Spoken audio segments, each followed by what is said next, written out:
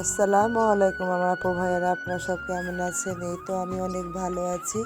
আজকে সন্ধ্যার নাস্তা আমার পিচ্চি ক্যামেরাম্যান মানে আমার মেয়ে বানাবে। এই যে দেখেন, সে সব উপকরণ নিয়ে রেডি হয়ে বসে গেছে। আর এই জন্য প্রথমে বালতিতে পানি ঢেলে নিচ্ছে। আর এখন সে কাঁচামরিচ আর ধনিয়া পাতাটা ভালোভাবে ধুয়ে নিবে। আর এই যে কাঁচামরিচ তার ধোয়া হয়ে গেল। আর এখন সে পেঁয়াজগুলো কেটে নিবে। ধনেপাতা এখন ধুয়ে নিচ্ছে। আর পেঁয়াজ কাটবে বলে সে পেঁয়াজগুলো বাটিতে রেডি করে নিয়ে বসে আছে। আর এই যে সে এখন পেঁয়াজগুলো কেটে নিচ্ছে। আর আজকে সে নাস্তা বানাবে চাল ভাজা, বুট ভাজা আর ডালের বড়া বানাবে।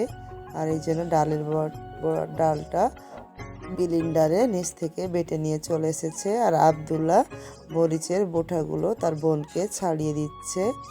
আর এইদিকে আমার মেয়ে পেঁয়াজগুলো ছাড়াচ্ছে আর পানির মধ্যে রেখে দিচ্ছে। আর দেখেন, দুই পিচ্ছি কি সুন্দর আমাকে আজকে নাস্তা বানিয়ে খাওয়াচ্ছে। আর বলছে, আম্মু তুমি ক্যামেরা করো, আমি বানাবো। আর সবগুলো পেঁয়াজ কাটা হয়ে গেছে, ধোয়া হয়ে গেছে। এখন সে পাতলা পাতলা চিকন চিকন করে কেটে নিবে। আর এই যে দেখেন, সে কত সুন্দর করে পেঁয়াজগুলো কেটে নিচ্ছে। সে এখন পাকনা বুড়ি হয়ে গেছে। আমার মেয়ে ক্লাস 6-এ উঠলো এবার। আর তার কাজ কাম বড় মানুষের মতো। একটা আমার লক্ষ্মী মেয়েটা, সে ছোট থেকে ঘর দরজা গুছা, ফার্নিচার মুছা থেকে শুরু করে সব সময় আমার কাজে সে সাহায্য করে থাকে। আর আমার মেয়েটা অনেক লক্ষ্মী, আমাকে যেভাবে কাজ করতে দেখে সে সেভাবেই কাজ শিখে নেয়। আর তার কাজের আগ্রহ বেশি, ঠিক যেমনটা আমি ছোটোবেলায় ছিলাম। আমি আমার আম্মুকে দেখে দেখে সব কাজগুলো শিখে ফেলতাম, ঠিক আমার মেয়েটাও তাই হয়েছে। তার দেখেন, গল্প করতে করতে পেঁয়াজও কাটা হয়ে গেছে, মরিচও কাটা হয়ে গেছে। এখন সে ধনিয়া পাতাটা কেটে নিচ্ছে।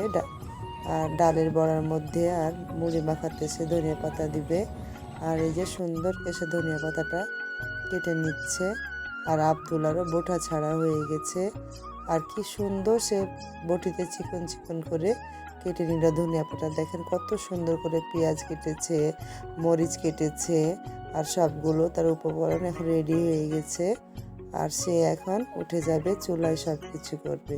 চিন্তা করা যায়, এইটুক বাচ্চা আবার মাটির চুলায় রান্না করবে, তার এতটুকু ভয় লাগে না। মাটির চুলায় কত আগুনের তাপ, সে সাহস করে বসে গেছে।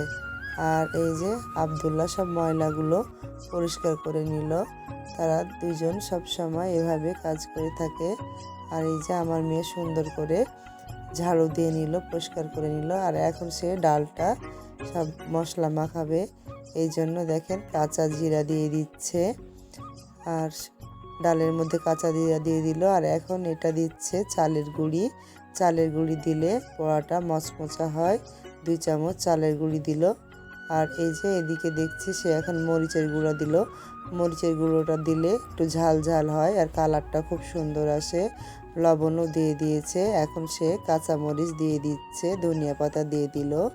আর এই দিকে মরিচের গুঁড়ো দিয়েছে, আবার কাঁচা মরিচ দিচ্ছে। সবগুলো দেওয়া হয়ে গেছে। এখন সে সুন্দর করে মাখিয়ে নিল। আর এই যে মাখা হয়ে গেছে, হাতকে পরিষ্কার করে চুলা ধরিয়ে নিয়েছে। আর এই যে এক বাটায় পানি রাখলো।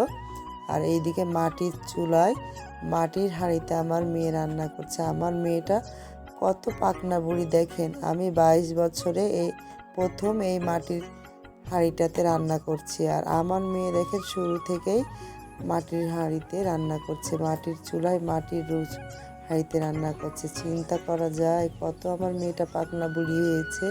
আর এই যে দেখেন, গোল গোল করে সে সুন্দর করে আমার মতো করে বড়া বানিয়ে নিচ্ছে। আমার মেয়েটা দেখতে দেখতে বড় হয়ে গেল। মেয়েরা খুব তাড়াতাড়ি বড় হয়ে যায়, মায়ের হাতের কাছে লক্ষ্মী হয়ে যায়। আর এই যে দেখেন, এক ছাক হয়েছে, ওইদিকে আর এক ছাক এসে রেডি করে নিচ্ছে। আর এই যে দেখেন কত সুন্দর করে সে উল্টিয়ে নিচ্ছে, একটুও ভাঙছে না। আর এই যে তার একবার হয়ে গেল। আর এই যে বড়াটা সুন্দর করে সে মচমচা করে ভেজে নিল। ডালের বড়াটা হয়ে গেল। আর সে আবারও দিয়ে দিবে, একের পর এক করে দিবে।